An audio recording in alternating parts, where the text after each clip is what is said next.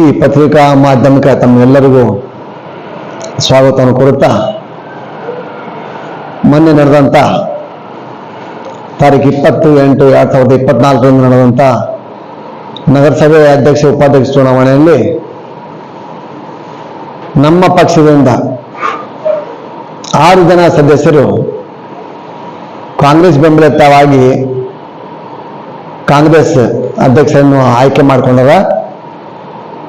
ಅದಕ್ಕೆ ನಮ್ದು ಯಾವ ರೀತಿಯ ಅಭ್ಯಂತರ ಇಲ್ಲ. ಆದರೆ ಅವರು ನಿನ್ನೆ ಯಲ್ಲಪ್ಪ ಪೂಜಾರಿ ಅವರು ಮತ್ತು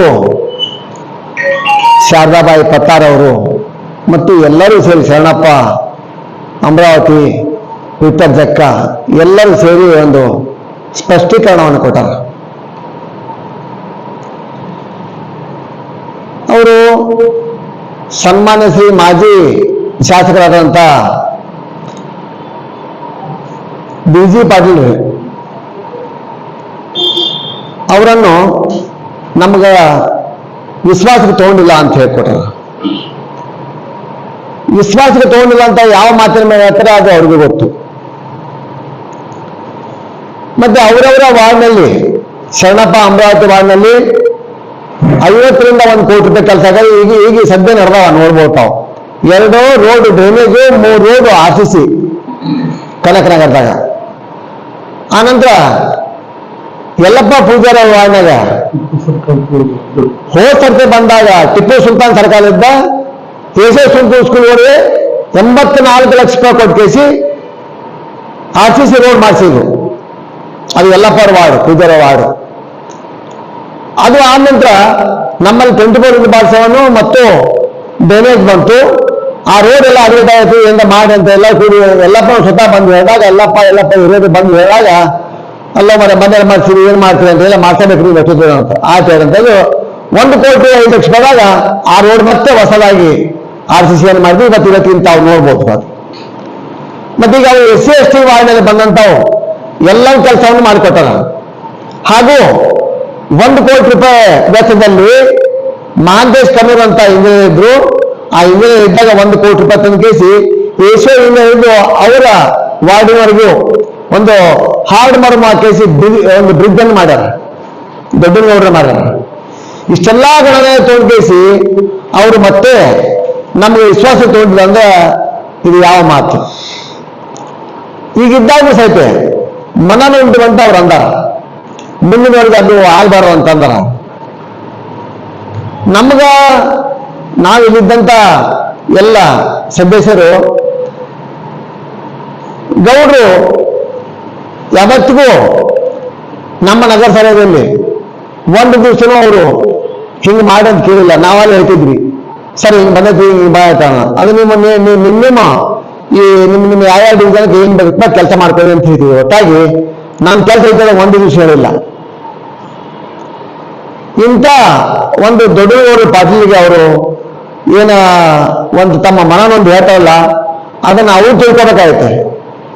ಯಾಕಂದ್ರೆ ಈ ಶಾರದಾ ಪತ್ತಾರ್ ಅವರು ಹೋದಾಗ ಒಂದು ಮಾತನ್ನು ಹೇಳಿದವರು, ಇಲ್ಲ ನಮ್ಗೆ ಅಗೌರವದಿಂದ ಕಾಣ್ತಾರ ಅಂತಂದು, ಮಹಿಳೆಯರಿಗೆ ಅಗೌರವದಿಂದ ಕಂಡಾರ ಅಂತಂದು.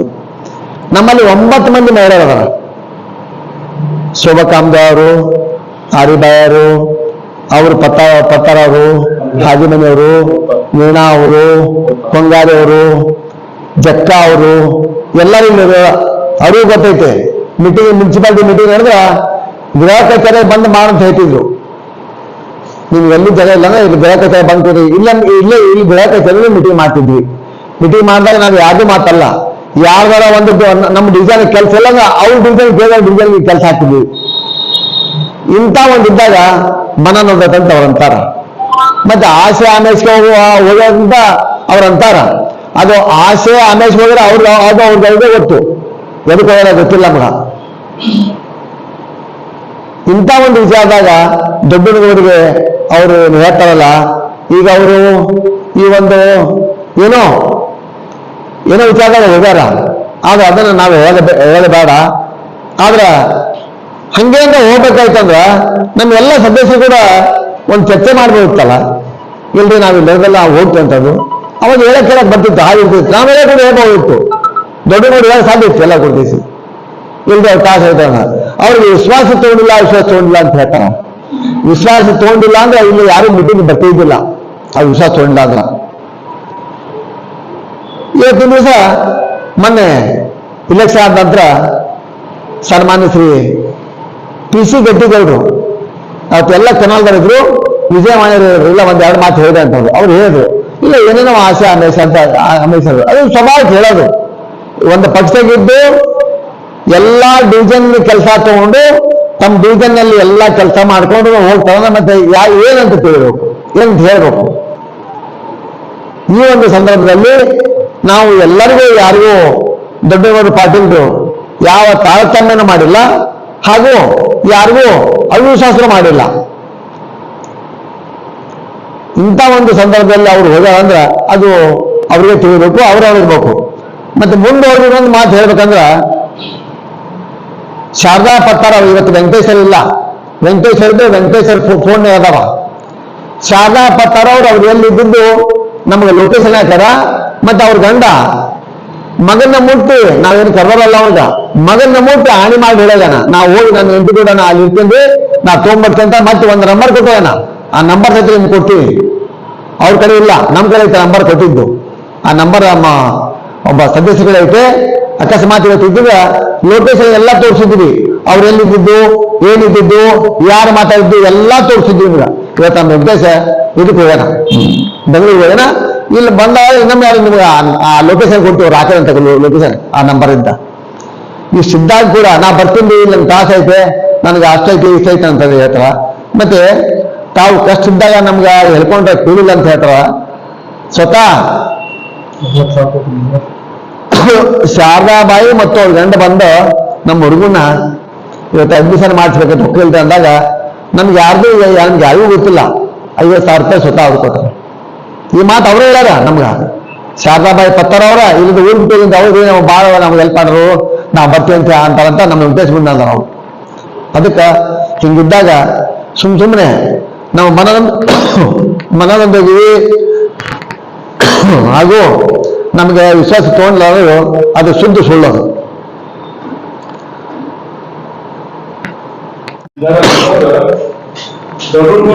ಪಕ್ಕದಲ್ಲಿ ಇರುವವರೇ ನಗರಸಭೆಯಿಂದ ಆಡಳಿತ ಆಗೋದು ಬ್ಯಾಡ ಅಂತ ಹೇಳಿ ಬಿಜೆಪಿ ಪಕ್ಷ ನಗರಸಭೆ ಅಧ್ಯಕ್ಷ ಆಗೋದು ಬ್ಯಾಡ ಅಂತ ಹೇಳ ಅವರೇ ಹೇಳ್ಯಾರ. ಈಗ ನಾವು ಅದೀವಲ್ಲ, ನಾವ್ ಹೇಳಿ ಶಾರದಾ ಪತ್ತಾರದು ಹಂಗ ಯಾರು ಹೆಸರು ಅಂತ ಹೇಳ್ದೆ ಗೊತ್ತಾಗ ಅಲ್ಲ. ಪಕ್ಕದ ನಾವೆಲ್ಲ ಇರ್ತೀವಿ, ಒಂದು ದಿವಸ ಇರ್ತೀವಿ, ಒಂದು ದಿವಸ ಅಕ್ಕರ್ ಇರ್ತಾರ, ಒಂದು ದಿವಸ ನಮ್ಮ ಸವಿತಾ ಅವರು ಆರೋಗ್ಯ ಇರ್ತಾರೆ, ಸಾವಿರ ಮಗಳ ಅಂದ್ರೆ ಯಾರು ಅಂತ ಗೊತ್ತಾಗ. ಈಗ ನಾವೇನು ಹೆಸರು ಹೇಳಿದ್ವಿ, ಶಾರದಾ ಪತ್ತಾರ ಅವರು ಕಷ್ಟಡಿದ್ದಾಗ ನಮಗೆ ಲೊಕೇಶನ್ ಕಳಿಸಿ ನಂಬರ್ ಕೊಟ್ಟಾರ. ಅದು ಕೊಟ್ಟಿರ್ಬೇಕು ನಿಮ್ಗೆ. ಆ ನಮಗೆ ಸದ್ಯ ಊರಾಗಿಲ್ಲ, ನಿಮ್ಗೆ ಹಾಕಿ ಸದ್ಯ ಎಲ್ಲರಿಗೂ ಹಾಕ್ಸಿ ನಿಮ್ಗೆ ಅವ್ರು ಏನು ಲೊಕೇಶನ್ ಕೊಟ್ಟಿದ್ವಿ. ಹಂಗಿದ್ರೆ ಅಲ್ರಿ ನಮ್ಮ ಅವಶ್ಯಕತೆ ನಮ್ಮ ಫೋಟೋ ಎಲ್ಲ ಮಾಡಿದ್ದು, ನಮ್ಮ ಅವಶ್ಯಕತೆ ಎಲ್ಲ ಸತ್ಯನಂತೆ ಪ್ರಚಾರ ಮಾಡಿದ್ದು. ಸತ್ತ ಓಟ್ ಯಾಕೆ ಬೇಕು ನಮ್ಗ, ಅದನ್ನ ನಾವು ಮಾಹಿತಿ ಒಳ್ಳೆದ್ದು ನಮ್ಮ ಮಗ ನೋಡಿ ಓಟ್ ಬಂದಿಲ್ಲ ದೊಡ್ಡ ಮಗ ಈ ಸಲ ಬಿಜೆಪಿ ಚಾಲೆಂಜ್ ಶಾರದಾಬಾಯಿ ಪತ್ತಾರ್ ಸೋದರಿಗೆ ನನ್ನ ನಮಸ್ಕಾರ. ನಿನ್ನೆ ಪೂಜಾರಿ ಯಲ್ಲಪ್ಪ ಅವರು ಅಥವಾ ಶಾರದಾ ಪತ್ತಾರ್ ಅವರು ಒಂದು ಸ್ಪಷ್ಟೀಕರಣ ಅಂದ್ರು. ಸ್ಪಷ್ಟೀಕರಣ ಕೊಡೋಂಥದ್ದು ಅವಶ್ಯಕತೆ ನಾವ್ ಯಾರು ಏನು ಅಂದಿದ್ದಿಲ್ಲ, ತಾವೇ ಸ್ಪಷ್ಟೀಕರಣ ಅಂದ್ರು. ಯಾವ ವಿಷಯಕ್ಕೆ ಸ್ಪಷ್ಟೀಕರಣ ಕೊಟ್ರು ನಮ್ಗೆ ಗೊತ್ತಿಲ್ಲ.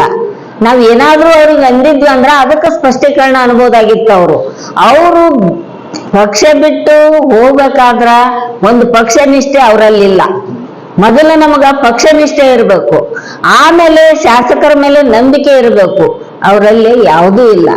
ಪಕ್ಷ ಬಿಟ್ಟು ಹೋಗ್ಬೇಕಾದ್ರ ಆ ಪಕ್ಷದಲ್ಲಿ ಇದ್ದಂತ ಸಿದ್ಧಾಂತಗಳನ್ನ ನಾವು ತಿಳ್ಕೊಂಡು ಅಲ್ಲಿ ನಾವು ಅದು ಪಕ್ಷ ನಮಗ ದ್ರೋಹ ಬಗ್ದೈತಿ, ಆ ಪಕ್ಷದಿಂದ ನಮಗ ಅನ್ಯಾಯ ಆಗೈತಿ ಅಂದಾಗ ಅದನ್ನ ಪಕ್ಷ ರಾಜೀನಾಮೆ ಕೊಟ್ಟು ನಾವು ಹೋಗಂತದ್ದು ನಮ್ಮ ಧರ್ಮ. ಆಮೇಲೆ ಶಾಸಕರಿಂದ ನಮಗ ಮನನೊಂದು ಬಂದೀವಿ ಅಂತ ಅವ್ರು ಹೇಳ್ತಾರಲ್ಲ, ಶಾಸಕರಿಂದ ಮನನೊಂದು ಬೇಕಾದ್ರೆ ನಾವು 22 ಮಂದಿ ಸದಸ್ಯರಿದ್ವಿ. ಅಲ್ಲಿ 22 ಮಂದಿ ಬಿಟ್ಟು ಅವ್ರೊಬ್ಬರಿಗೆ 6 ಮಂದಿಗೆ ಮನನೊಂದುವಂತ ಕೆಲಸ ಏನು ಮಾಡಿದ್ರು ಶಾಸಕರು? ನಾನು ಅಧ್ಯಕ್ಷತೆ ಇದ್ದತ್ನ್ಯಾಗ ಮಂಜು ಶೆಟ್ರು ಇರ್ಬೋದು, ಗುರಮಣ್ಣರು ಇರ್ಬೋದು, ನಾವೆಲ್ಲರೂ ಅಧ್ಯಕ್ಷರು ಇದ್ದತ್ನ್ಯಾಗ ಎಲ್ಲಾರ್ಗೂ ಸಮನಾಗಿ ನಾವು 22 ಜನನು ಸಮನಾಗಿ ನಾವು ಅಲ್ಲಿ ಕೆಲಸ ಹಂಚಿಕೆ ಮಾಡೀವಿ. ಆಮೇಲೆ ಕೋವಿಡ್ನೊಳಗನು ಎಲ್ಲರಿಗೂ ಸಮನಾಗಿ ಕೆಲಸ ಹಂಚಿಕೆ ಮಾಡಿವಿ. ಬಂದಂತ 3 ಲಕ್ಷನೋ 10 ಲಕ್ಷನೋ ಎಷ್ಟೇ ಬರ್ಲಿ, 1 ಲಕ್ಷ ಬಂದ್ರೆ 2 ಡಿವಿಷನ್ದಾಗ ಹೆಚ್ಚು ಕಡಿಮೆ ಕೆಲಸ ಎಲ್ಲಿರುತ್ತೆ ಅದನ್ನ ನೋಡಿ ನಾವು ಕೆಲಸ ಮಾಡಿದ್ವಿ. ಅಂತದ್ರೊಳಗೆ ನಾವು ಮನನೊಂದು ನನ್ನ ಸತ್ತಾಳ ಅಂತ ಅವ್ರು ಹೇಳ್ತಾರಲ್ಲ, ಸತ್ತಿದ್ದಂತ ಹೇಳಿದ್ದವಾಗ ಅವ್ರ SRN ಫೌಂಡೇಶನ್ ಹೋದೊಳಗೆ ಅದು ಅಂದಿದ್ದು ನಾವು, ಇವಾಗ ಅಲ್ಲ. ಆವಾಗಂದು ಅಲ್ಲಿ ಜನ, ಆ ವಾರ್ಡಿನ ಜನ ಗಲಾಟೆ ಮಾಡಿದ್ರು. ನಾವು ಶಾಸಕರು ಮಾಡಿಲ್ಲ, ಸದಸ್ಯರು ಮಾಡಿಲ್ಲ, ವೋಟ್ ಹಾಕಿದ ಮತದಾರರು ಮಾಡಿದ್ದಂಥದ್ದು ಅದು. ಈಗ ನಾವು ಅಂದಿಲ್ಲ ಅದನ್ನು. ಈಗ ಯಾಕೆ ಅವ್ರು ಆ ವಿಷಯ ಪ್ರಸ್ತಾವನೆ ಮಾಡ್ಬೇಕು? ಒಳ್ಳೆ ನಾವು ಕರ್ದಿಲ್ಲ.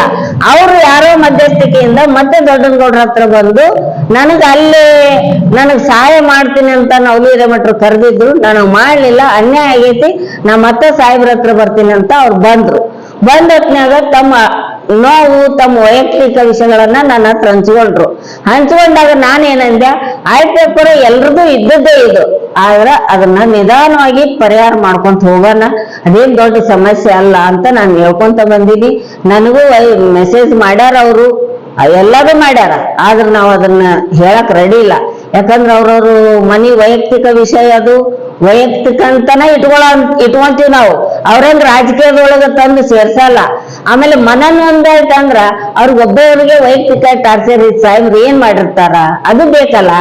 ಯಾಕೆ ಅವ್ರ ಮೇಲೆ ಸುಮ್ನೆ ಆಪಾದನೆ ಮಾಡ್ಬೇಕು? ಸುಮ್ನೆ ಅಲ್ಲ ಅದು ಆಪಾದನೆ. ನಾನು ಒಂದು ಪಕ್ಷ ಬಿಟ್ಟು ಬಂದವ್ರು ನಾವು, ನಮಗೂ ಮನನೊಂದಿತ್ತು. 5 ವರ್ಷ, ನಾನು 2.5 ವರ್ಷ ನಾನು ಅಲ್ಲಿ ಇದ್ದೊತ್ನಾಗ ಜಗ ಮಾಡಿ 2.5 ವರ್ಷ ನಾನು ಆ ಶಾಸಕರ ಮನೆಗೆ ಹೋಗ್ಲಿಲ್ಲ. ಆದ್ರೂ ನಾ ಪಕ್ಷದಲ್ಲಿದ್ದೆ. ಪಕ್ಷದಾಗಿದ್ದು ನಾನು ಅಲ್ಲಿ 2 ಸರಿ ಅಧ್ಯಕ್ಷರಾಗೋದ್ನ ಸ್ವತಃ ಹೋಗಿ ಕೈ ಎತ್ತಿ ಆ ಪಕ್ಷ ನಿಷ್ಠೆ ಮುಗಿದು 5 ವರ್ಷ ನಾನು ಅವಧಿ ಮುಗಿಯೋರಿಗೆ ಅಲ್ಲಿದ್ದ. ಅವಧಿ ಮುಗಿದ ಮೇಲೆ ನಾನು ರಿಸೈನ್ ಮಾಡಿ ಇಡೀ ನಮ್ಮ ಸಮುದಾಯ ತಾಲೂಕಿನ ಜನ ನನ್ನ ವೋಟರ್ಸ್ ಕೇಳಿ ನಾ ಪಕ್ಷ ಬದಲಾವಣೆ ಮಾಡಿನೇ ಹೊರತಾಗಿ ಮತ್ತೊಂದಿಲ್ಲ. ಆ ಟೈಮಿಗೆ ಎಲ್ರು ಇದ್ರು ನನ್ನ ಜೊತೆ. ಇದು ಎಲ್ರಿಗೂ ಸತ್ಯವಾದ ಮಾತು, ಗೊತ್ತಿದ್ದು.